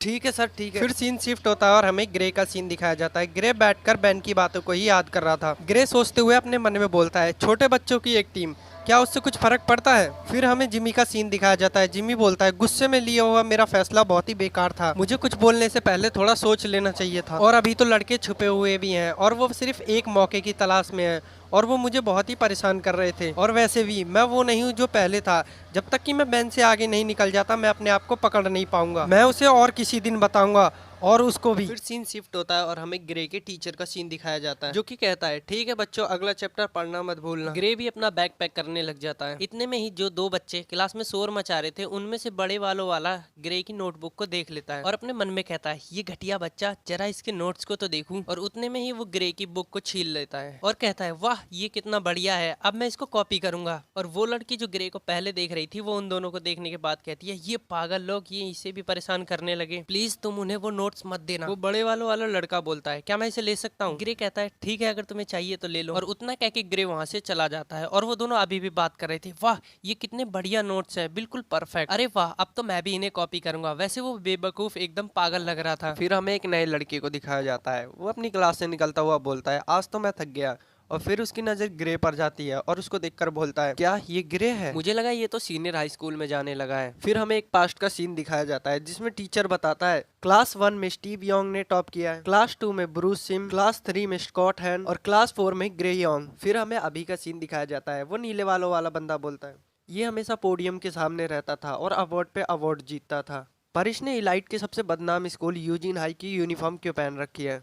क्या ये उस बात के कारण तो नहीं? फिर सीन शिफ्ट होता है और हमें बस स्टॉप का सीन दिखाया जाता है। वो चश्मे वाली लड़की ग्रे को देखकर बोलती है अरे वाह मुझे लगता है हमें एक ही साथ जाना है, एक ही जगह पे और एक ही बस में। और मुझे लगता है ये इतना मासूम दिखता है इसीलिए इसके नोट्स चोरी हो गए और मैं हमेशा इसी के बारे में क्यों सोचती रहती हूँ। तो ठीक है, मैं अगली बार से उन बुरे बच्चों से इसको बचाऊं और शायद उससे बात भी कर पाऊं। बुढ़ा लड़की को देखकर बोलता है हे अच्छे से पकड़ो, ये खतरनाक हो सकता है। पर लड़की तो अपने ख्यालों में गुम थी और बस वाला बस चला देता है और लड़की गिरने से बाल बाल बचती है और वो कहती है उफ मैं तो बच गई। और ग्रे की तरफ देखती है और बोलती है मुझे इसके बारे में और भी जानना है। फिर सीन शिफ्ट होता है और हमें यूजीन हाई का सीन दिखाया जाता है जहाँ पे कुछ लड़के कॉल्टन के बारे में बात कर रहे थे। हे मुझे लगता है कि कॉल्टन चोई ग्रे से दोबारा लड़ने के लिए तैयार है। अरे मुझे नहीं लगता कि आज कॉल्टन चोई स्कूल आएगा, फिर भी ये कुछ दिनों तक शांत नहीं होगा। और मैंने सुना है कि कॉल्टन चोई के साथ साथ उसके बंदे भी हार गए। तभी कॉल्टन उनके पीछे से बोलता है हे अपनी बकवास बंद करो, चुप हो जाओ। इतने में ही क्लासरूम में ग्रे भी आ जाता है। कॉल्टन उसे देखकर घबरा जाता है। ग्रे कॉल्टन को घूर कर देखता है और अपनी सीट पर जाके चुपचाप बैठ जाता है। कॉल्टन शर्म से घबरा रहा था। तभी वो दोनों छपरी जो ग्रे का मजाक उड़ा रहे थे वो कॉल्टन को देखकर बोलते हैं अरे देखो इसे, ये कैसे कांप रहा है, क्या हमें ग्रे के खिलाफ टीम बनाने का ऑफर कॉल्टन को देना चाहिए? फिर सीन शिफ्ट होता है और कॉल्टन छत पे आराम से सुट्टा मारते हुए सोचता है मैं ये करने के लिए अपने आप पर विश्वास नहीं कर पा रहा हूँ और वैसे भी मुझे उसकी खतरनाक आंखें दोबारा नहीं देखनी। तभी कॉल्टन का चमचा बोलता है अब क्या करे बॉस? कॉल्टन कहता है अब हम कुछ दिन तक शांत रहेंगे। उतने में ही वो छपरी वहां आते हैं जो कि ग्रे को परेशान कर रहे थे। कॉल्टन उन्हें देखकर बोलता है अब तुम्हें क्या चाहिए बेवकूफो? वो छपरी कहता है अरे अरे गुस्सा मत करो, पहले हमारी बात तो सुन लो। कॉल्टन कहता है अभी सभी चूजों को ऐसा लग रहा है कि वो मुझसे पंगा ले सकते हैं, मरना चाहते हो क्या तुम? वो छपरी कहता है अरे अरे ऐसा कुछ भी नहीं है, बस हम यहाँ सिर्फ बात करने आए हैं। वो ग्रे यंग तुम्हें बहुत परेशान कर रहा है, चलो उसे साथ में मिलकर मजा चकाते हैं। और तुम उस जैसे को ऐसे अकड़ में थोड़े ही रहने दोगे है ना? और वैसे भी तुम योंग डोंग पो यूनियन में जाना चाहते हो फिलिप किम के कनेक्शन से, क्या मैं सही हूँ कॉल्टन? साथ ही साथ छपरी अपने मन में कहता है मैंने तो उसे हराने का प्लान पहले ही बना रखा है और मैं बाद में कॉल्टन और फिलिप से कहूंगा कि मुझे भी यूनियन में शामिल कर ले, मेरा काम काफी आसानी से हो जाएगा। और इसे बोलते हैं एक तीर से दो निशान, और ऐसा हो ही नहीं सकता कि हम उस बिद्दी से हार जाएं। कॉल्टन अपने मन में कहता है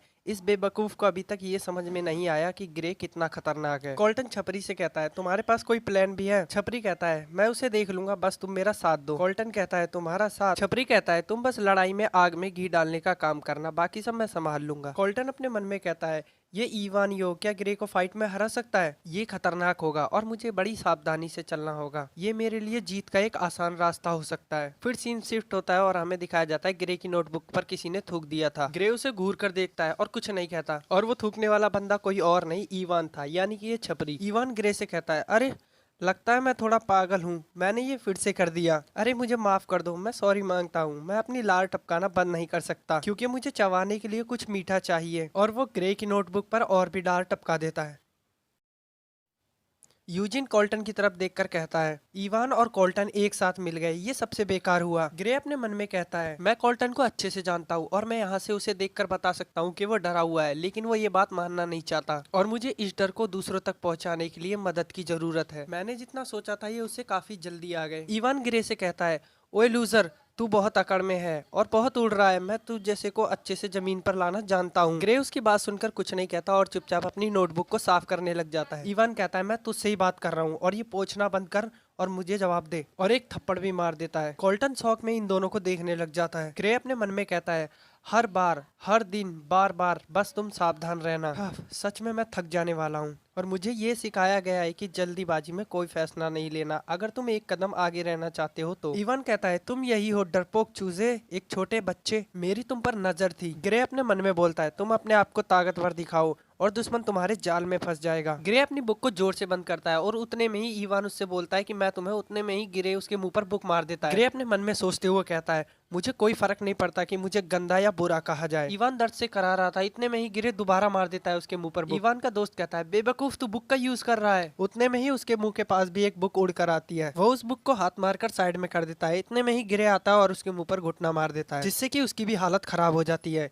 ग्रे अपनी बुक को उठाता है, वो दोनों कराहने लग जाते हैं और ग्रे की ये सब हरकत देख के सभी लोग शॉक हो जाते हैं। फिर हमें ग्रे की बैकग्राउंड में वॉइस ओवर आती है। मैं ग्रे यंग मिडिल स्कूल के मेरे आखिरी साल में, गर्मियों के आखिरी दिनों में, मैंने कसम खाई कि अब से मैं कभी हारूंगा नहीं। इवान को दिखाया जाता है जो कि बेहोश हो गया था। फिर हमें कोल्टन के चेले को दिखाया जाता है जो कि अपने मन में सोचते हुए कहता है, अरे ये सनकी कौन है और इसके जैसा दिखने वाला बच्चा इतना सनकी कैसे हो सकता है। उतने में ही ग्रे अपनी सीट की तरफ चल देता है और जाकर अपनी सीट पर बैठ जाता है और अपनी बुक पे से खून को साफ करने लग जाता है। फिर हमें बैकग्राउंड में से वॉइस ओवर आती है। ये काफी चौंकाने वाला लेकिन बढ़िया सीन था। जो बंदा इसे मारने आया था, इसने उसको मारकर फर्श पर ही छोड़ दिया और अपनी किताब से उसका खून पोंछने लगा। इस हादसे ने सभी क्लास के बच्चों के अंदर एक डर पैदा कर दिया कि ग्रे यंग से कभी पंगा नहीं लेना। फिर हमें कोल्टन को दिखाया जाता है जो कि अपने मन में सोचते हुए कहता है, सब खत्म हो गया, सब खत्म हो गया, अब मैं यहाँ इसे बदलने के लिए कुछ भी नहीं कर सकता। इवान ने यहाँ और भी परेशानी खड़ी कर दी, मैं बिल्कुल बेकार। फिर सीन शिफ्ट होता है और हमें क्लास 1-8 का सीन दिखाया जाता है। कोई बंदा बेन को आके ग्रे के बारे में बताता है। बेन उसकी बातें सुनकर कहता है फिर से, और एलेक्स से कहता है, लगता है उस लड़के ग्रे यंग को लड़ाई करने में तुमसे भी ज्यादा मजा आता है। एलेक्स उसकी बातें सुनकर कहता है, एक दिन में 3 बार लड़ाई है। बेन एलेक्स को बताते हुए कहता है,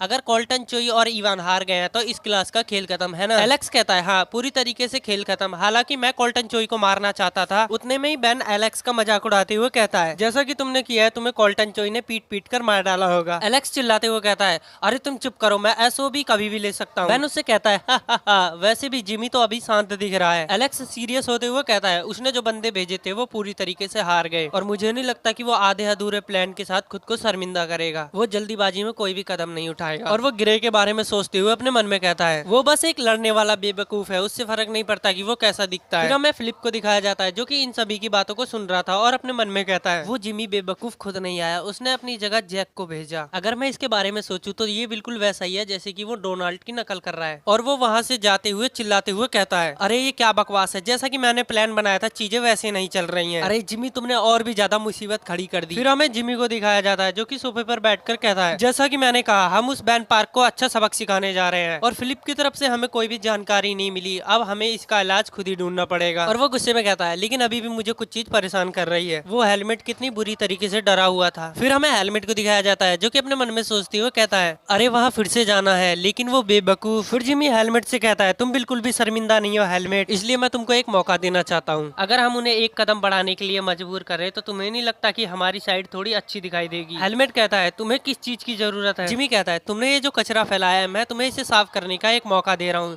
जिसने तुम्हारी ऐसी हालत की है, अब तुम भी उसकी ऐसी ही हालत करो। हेलमेट हैरान होते हुए कहता है, क्या मुझे अकेले? जिमी कहता है, उन बेवकूफों के बारे में हम यहाँ बैठकर बात कर रहे हैं, मेरे को बहुत ही ज्यादा गुस्सा आ रहा है। तुम्हें बिल्कुल भी बुरा नहीं लग रहा तुम लोग उनसे पिट कर आ गए? हेलमेट जिमी की बातों को सुनकर कहता है, ठीक है, मैं अपना काम पूरा कर दूंगा, और मनी मन में अपने आप को गाली देता है। जिमी कहता है, हाँ ये हुई ना बात, मैं तुमसे यही सुनने की उम्मीद कर रहा था। और अपने मन में कहता है, तुम्हें अपना गुस्सा भी नहीं छुपाना आता। और वो उन सभी से कहता है, ठीक है, तुम सभी जा सकते हो, आज के लिए बहुत हुआ और मुझे जैक के साथ और भी बातें करनी है। जैक हाँ में जवाब देता है। हेलमेट उसकी बातें सुनकर हैरान हो जाता है और वहीं खड़ा होकर कुछ ना कुछ सोचने लग जाता है। जिमी उसे देखकर कहता है, क्या हुआ, तुम अभी यहाँ से गए नहीं, तुमने मेरी बात नहीं सुनी? हेलमेट कहता है, मुझे माफ कर दो, और वहाँ से चला जाता है। और अपने मन में गाली देते हुए कहता है, तुम ऐसे बोल रहे हो, क्या तुमने खुद देखा है उसको? और वो अपनी उंगली की तरफ देखकर ग्रे के बारे में सोचने लग जाता है और वो वहीं पे कांपने लग जाता है। फिर सीन शिफ्ट होता है और हमें ग्रे को दिखाया जाता है। ग्रे के आसपास बाकी बच्चे उसे देखकर कहते हैं, अरे देखो ये वही है। क्या ये सच में वही है? अरे तुमने क्लास 5 में कोल्टन चोई के साथ पढ़ने वाले बच्चे को देखा है? अरे कोल्टन चोई तो पहले से ही शर्मिंदा था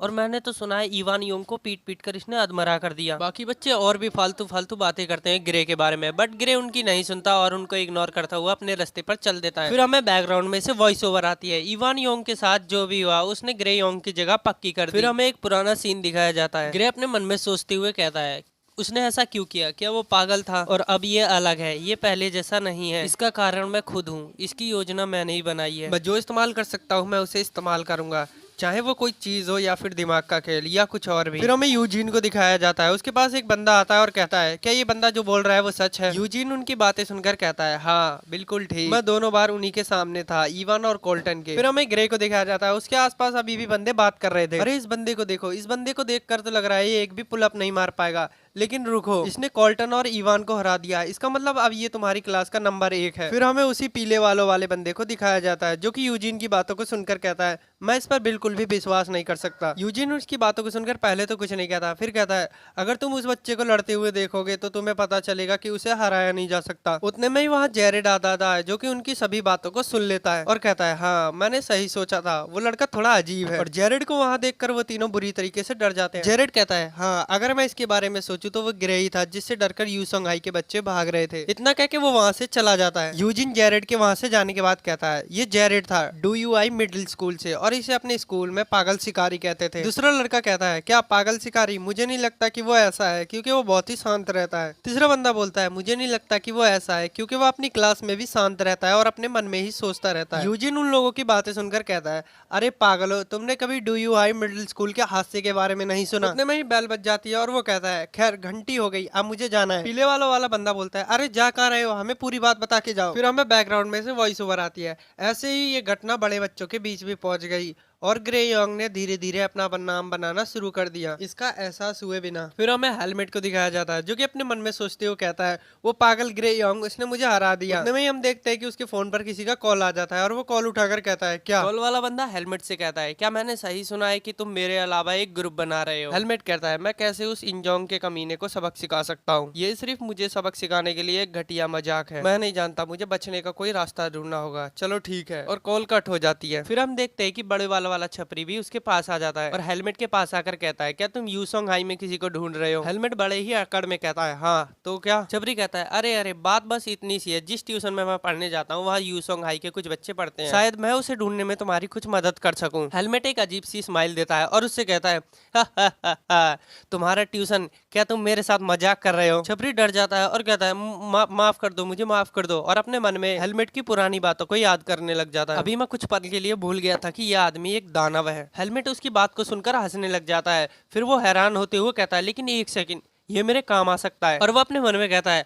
अगर मैं चाहता हूँ कि कम से कम मेरे पास उसके खिलाफ कुछ सबूत हो तो मुझे इस बेवकूफ का यूज करना पड़ेगा जिससे सबको लगेगा कि ये सब मैंने किया है, और मैं उन्हें ये भी दिखा सकता हूँ कि मैंने अपनी पूरी कोशिश की पर मैं ये नहीं कर पाया। हेलमेट उस छपरी से कहता है ठीक है अब तुम मुझे ये बताओ कि तुम ट्यूशन का। वैसे इस छपरी का नाम हुगो यून है तो आपसे मैं इसे हुगो ही बोलूंगा। हुगो अपने मन में कहता है ये तो बस शुरुआत है, हेलमेट के साथ काम करके यहाँ का मैं भी डॉन बन जाऊंगा। हेलमेट हुगो को देखकर बोलता है अपना चेहरा ऐसा बनाना बंद करो और बातचीत शुरू करो। हुगो कहता है मेरे इंस्टीट्यूट में काफी ज्यादा बंदे आते हैं और वो सारे ही अलग अलग स्कूल से हैं। हेलमेट अपने मन में सोचते हुए कहता है मुझे लगता है कम से कम यही काम है जो मैं कर सकता हूँ, जितना मैं इसके लिए कर सकता हूँ, इससे उसे लगेगा कि मैंने अपनी पूरी कोशिश की, जिससे वो जेमी मुझे कम से कम परेशान तो नहीं करेगा। और अगर मैं इस मुसीबत से बाहर निकल गया तो उस जेमिन की भी बारी आएगी, फिर मैं उसे उस दिन बताऊंगा। और मेरा जैक के साथ भी एक अच्छा कनेक्शन है। हुगो हेलमेट को मैसेज करता है और उसे अपने इंस्टीट्यूट की लोकेशन भेज देता है। हेलमेट हुगो का मैसेज देखकर बोलता है तुम्हारे पास मेरा नंबर पहले से ही था? हुगो बोलता है हाँ। हेलमेट कहता है अब जो भी हो, अगर मुझे काम पड़ेगा तो मैं तुम्हें कॉल करूंगा और तो तुम तैयार रहना। हुगो घबराते हुए बोलता है हाँ जरूर। फिर सीन शिफ्ट होता है और हमें दूसरी जगह का सीन दिखाया जाता है जहाँ पे एलेक्स पंचिंग मशीन पर अपना मुक्का मारते हुए कहता है ये लो। एलेक्स का स्कोर आता है 870 और वो कहता है इसमें मारना बहुत ही ज्यादा मुश्किल है। बेन कहता है 870 हो एलेक्स, अब तुम थक गए हो या शायद कुछ और वो अपना मुक्का बनाते हुए पंचिंग मशीन पर मार देता है। बेन का स्कोर 970 आता है और बेन कहता है अब बताओ अब तुम इसे तोड़ सकते हो। जेरेड क्या तुम भी ट्राई करना चाहोगे? मुझे पता है मेरे स्कोर तोड़ना बहुत ही ज्यादा मुश्किल है पर तुम ट्राई तो कर ही सकते हो। जेरेड बेन की बातों को सुनकर पंचिंग मशीन की तरफ जाता है और अपनी लत उठा के एक लत मार देता है पंचिंग मशीन में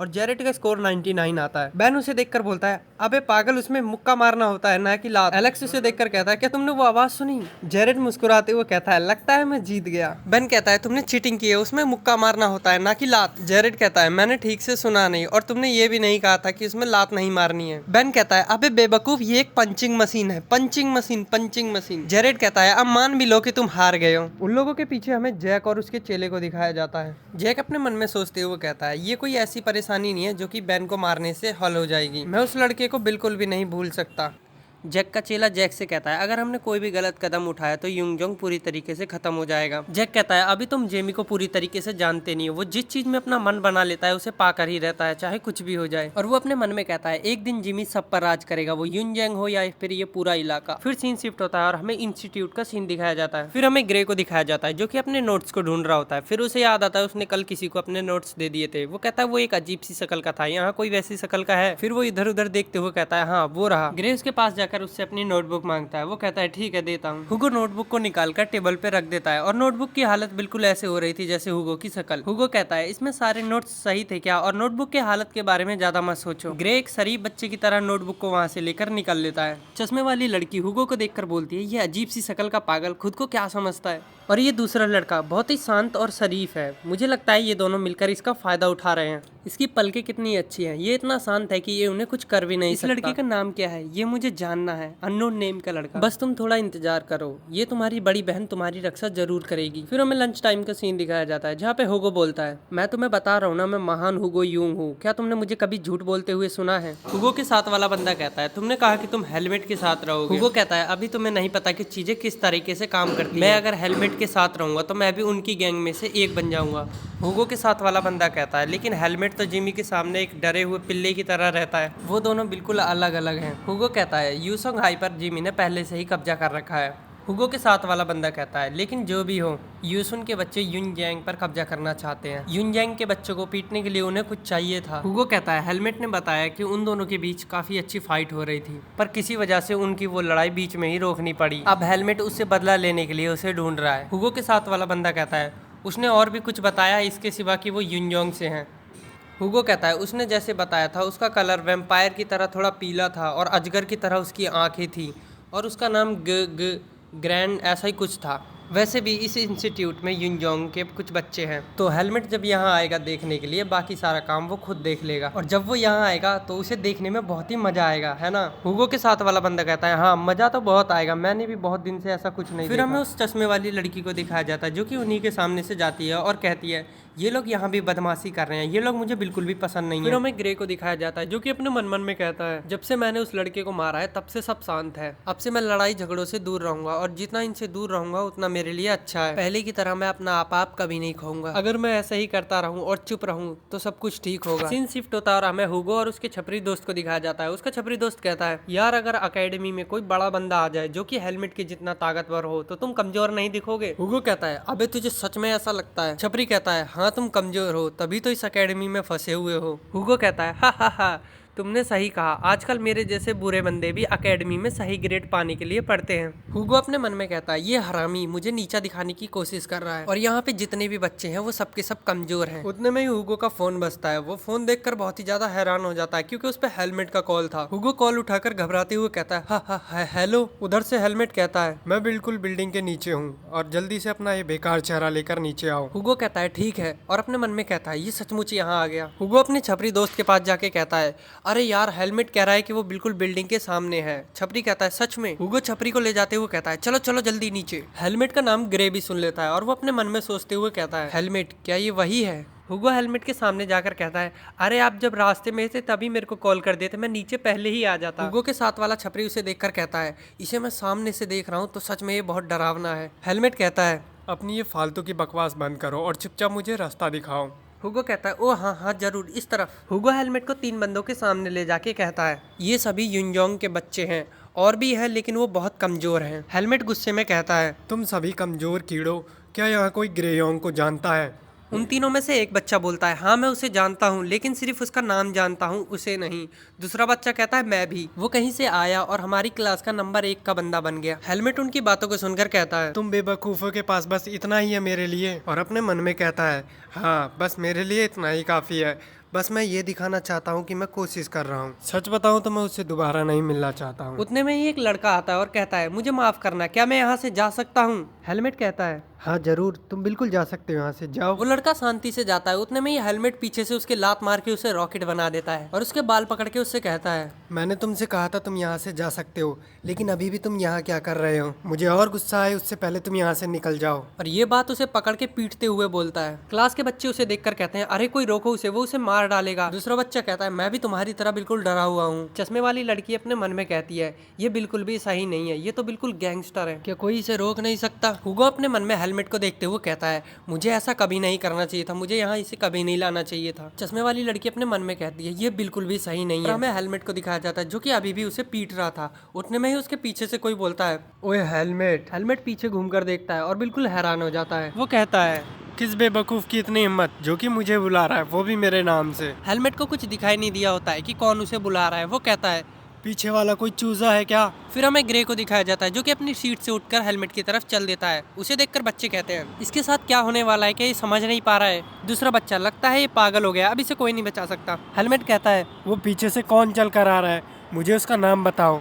हुगो कहता है, ये तो मैं भी नहीं बता सकता। हेलमेट कहता है, ठीक है आने दो उसे, अब जब वो मेरे सामने आएगा मैं उसे उसकी औकात दिखाऊंगा। ग्रे को जाता हुआ देखकर वो चश्मे वाली लड़की कहती है, लगता है ये पागल हो गया है, कोई इस बेवकूफ को रोको, क्या पता वो इसे भी मारने लग जाए। हेलमेट अपनी आधी आंखों को बंद करके देखने की कोशिश करता है और अपने मन में कहता है, ये तो मुझे जाना पहचाना लग रहा है। हुगो धीरे से कहता है, ये कमीना, इसको कोई रोको। ग्रे अपने पेन को ऑन ऑफ करते हुए आ रहा था। वैसे ये पेन के पीछे वाले पार्ट को क्या बोलते हैं, आई डोंट नो। हेलमेट देखता है जो बंदा आ रहा है वो और कोई नहीं ग्रे है, तो हेलमेट की बहुत बुरी वाली गंदी वाली फट जाती है। 1 सेकंड के अंदर हेलमेट को वो सारे पल याद आ जाते हैं जब ग्रे ने उसकी धुलाई की थी, वो भी अच्छे से। बस सच बताऊं तो ग्रे को देखकर हेलमेट बिल्कुल कांपने लग जाता है। हुगो हेलमेट की तरफ देखकर कहता है, इसके बारे में चिंता मत करो, ये एक लूजर है। हुगो हेलमेट की तरफ देखता है तो कहता है, हाँ ये क्या है? हेलमेट गंदी तरीके से कांप रहा था। हुगो अपने मन में कहता है, ये किस चीज से कांप रहा है? हेलमेट अपने मन में कांपते हुए कहता है, मैं तो बस यहाँ बहाना बनाने की एक कोशिश करने आया था, आखिर ये यहाँ क्या कर रहा है? ग्रे हेलमेट के सामने जाकर खड़ा हो जाता है और अपने पेन को ऑन ऑफ करने लग जाता है।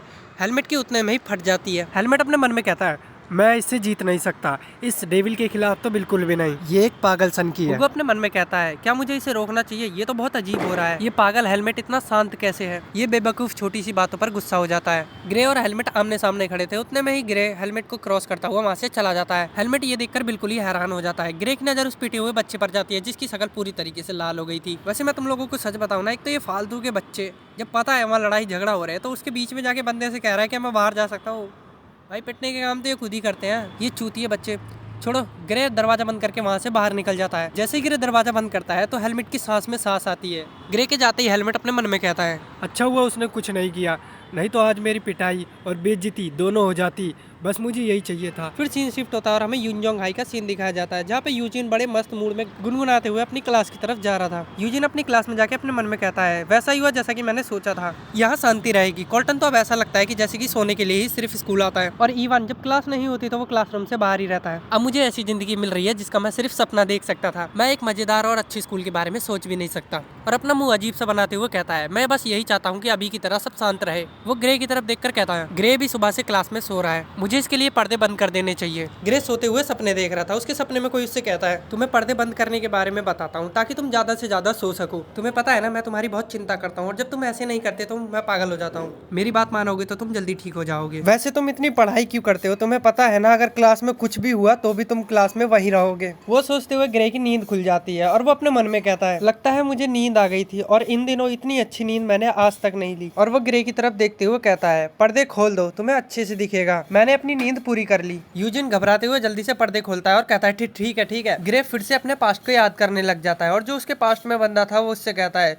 चलो उठो अब यहाँ से चलते हैं। यूजिन घबराते हुए कहता है, मैंने इतनी जल्दी पर्दे खोल दिया, आपकी आंखें जल गई होंगी। यूजिन अपने मन में कहता है, ये एक लड़का है, मुझे पता है, फिर भी इसे देखकर मुझे शर्म आ रही है। बाकी क्लास के बच्चे बात करते हैं, कहते हैं, तुम्हें नहीं लगता कि हाल ही में हमारी क्लास बहुत ही शांत हो गई है? ये सब ग्रे योंग की वजह से हुआ है, मुझे नहीं लगता कि मैंने यूनजोंग में कभी इतनी शांति देखी है। यूजिन हल्का सा घबराते हुए ग्रे से कहता है, क्या आपको पता है कि अगले हफ्ते हम दोनों ड्यूटी पर है एक साथ? ग्रे कहता है, हाँ मुझे पता है। यूजिन कहता है, अगर तुम आने में लेट हो जाओ तो कोई बात नहीं, तुम मेरे पे भरोसा कर सकते हो। ग्रे कहता है मैं हमेशा तुमसे पहले आ जाता हूँ। यूजिन बोलता है वो ठीक है, हमारी क्लास पहले से काफी ज्यादा शांत हो गई है। फिर सीन शिफ्ट होता है और हमें फिलिप को दिखाया जाता है, जिसमें वो टोपी वाला छपरी ने फिलिप को मैसेज किया था। उस छपरी ने मैसेज में लिखा था, क्या तुमने उस बेवकूफ को पता लगाया? मैं जहाँ तक जानता हूँ तुमने कहा था कि तुम युनजैंग में पूरी तरीके से तुम सबको जानते हो। वैसे इस टोपी वाले छपरी का नाम रियूस है। फिलिप अपने मन में सोचते हुए कहता है तुम एक नंबर के बेवकूफ हो, तुम जिसके दम पर उछल रहे थे वो कोल्टन चोई था। फिर हमें पास्ट का एक सीन दिखाया जाता है जब रियूस फिलिप के पास आया था और वो कहता है उसने मेरी आंखों में रेत फेंकी और अपने फोन से मेरी आंख फोड़ दी। फिलिप उसकी बातों को सुनकर कहता है एडी मूर और बाकी लोगों को लो और उसका अच्छे से ध्यान रखो। रियूस कहता है वैसे मैं सच बताऊं तो कोल्टन और उसी के साथ गया था। फिलिप कहता है तुम 3 बंदे एक बंदे से हार गए। रियूस कहता है हम कजन्स है, तुम्हें मेरी मदद करनी चाहिए ताकि मैं बेवकूफ न लगूं। फिर सीन प्रेजेंट में आता है और फिलिप अपने मन में सोचते हुए कहता है रियूस तुम बेवकूफ और तुम्हारी ये बेवकूफी एक तरफ, लेकिन ये बैन इस लड़ाई के बीच में क्यों आ रहा है? मैं दूसरों के बारे में तो नहीं जानता, लेकिन ये बैन इसके बारे में अच्छे से जानता हूँ। जब तक बैन इस लफड़े के बीच में है तब तक मैं सिर्फ इंतजार कर सकता हूँ। अब उसका जिमी ही कुछ कर सकता है। इसका मतलब ये है कि मुझे मुंह बंद करके शांति से रहना पड़ेगा जब तक कि जिमी बैन को सबक न सिखा दे। अगर मैं एक पल के लिए बैन के बारे में भूल जाऊँ तो वो ग्रे के बारे में याद करने लग जाता है, जिसमें ग्रे कहता है मैं तुमसे माफी नहीं मांगूंगा और दूसरी बात मुझे पता भी नहीं है तुम कौन हो। फिलिप उसके बारे में सोच ही रहा था कि उतने में ही ग्रे उसके सामने से जाता है। ग्रे को देखते हुए फिलिप अपने मन में कहता है ये बेवकूफ, इस कमीने की इतनी हिम्मत। और यहीं पे ये चैप्टर खत्म हो जाता है। वैसे मैं ये वीडियो बनाने नहीं वाला था, लेकिन मैंने इस भाई का कमेंट देखा तो सोचा कम से कम वीक हीरो को तो कंप्लीट कर ही देता हूँ। और हाँ, आखिरी बात, मैंने ये हेलमेट की भी ड्राइंग बनाई थी, देख के बताओ कैसी है।